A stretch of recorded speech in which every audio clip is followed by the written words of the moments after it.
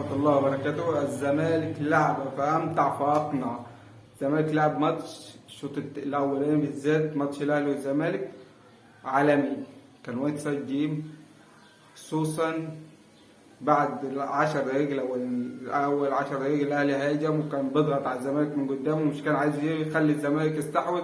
بعد كده ظهرت خبرات وإمكانيات خط الوسط. الزمالك لعب ماتش 10/10، خصوصا الشوط الأول. الشوط التاني كان ماشي، الزمالك كان نازل برضه هيبدأ يمسك ويتحكم في الريتم الماتش لغاية لما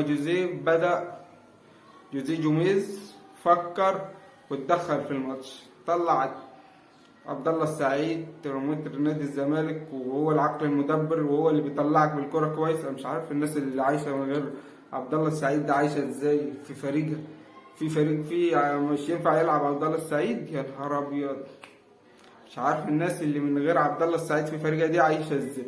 عبد الله السعيد ده كنز الناس اللي بتقول كبير وعالمي، والله عالمي بصراحه، بيطلع بالكرة بسلاسه. شفت الجون الاولاني بتاع الجزيري مش الثاني، احمد حمدي طلع بالكرة بالكعب من وسط لعيبه الاهلي، عمل باص لناصر، كرة هدف عالمي ثرو برضو. مع ان ناصر مش عجبني، بعكس ناس كتير بيقول لك ناصر متألق، ناصر مش عجبني في الماتش خالص، بس ثرو باص عالمي. والجزيري عالمي في الماتش ده، بغض النظر عن الاهداف كان ماسح بمحمد عبد المنعم وربيع على الملعب، ماسح بيهم مساحات، اللي كانت بتعيط. مارسيل كولر كان الشوط الاول بيشد في شعره من كتر استحواذ نادي الزمالك. استحواذ نادي الزمالك كان رهيب على الملعب، ما كانش لعيبه الاهلي عماله تتفرج زي اللي قاعدين زي مودس كده. احلى حاجه في مودس ان هو بيتفرج على الماتش من جوه، غيرنا احنا بنبقى قاعدين بره. الزمالك قدم ماتش كويس لغايه جوزيه ما قرر يتدخل بفكره الرهيب وطلع عبد الله السعيد، وبعد كده احمد حمدي، وبعد كده ناصر ماهر، نزلوا اسمه ايه نيمار وبعدين ده لازم الدكه عند الاهلي كان فيها مين اللي بيقول لك فيها غيابات؟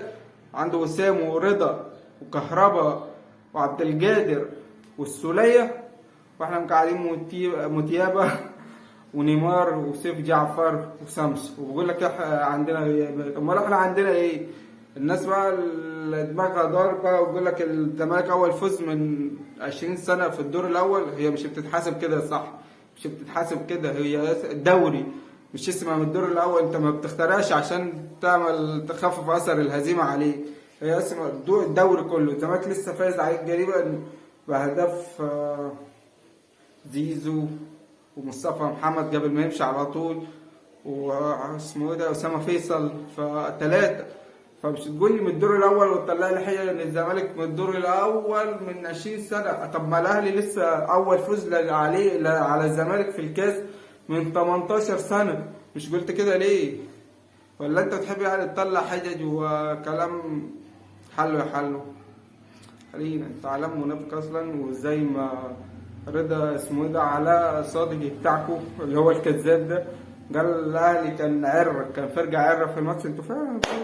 مش هقول اكتر من اللي هو قال، بس الزمالك اقنع وامتع ولعب عالمي صراحه. خط وسط الزمالك، بس الزمالك بيلعب من غير اجنحه.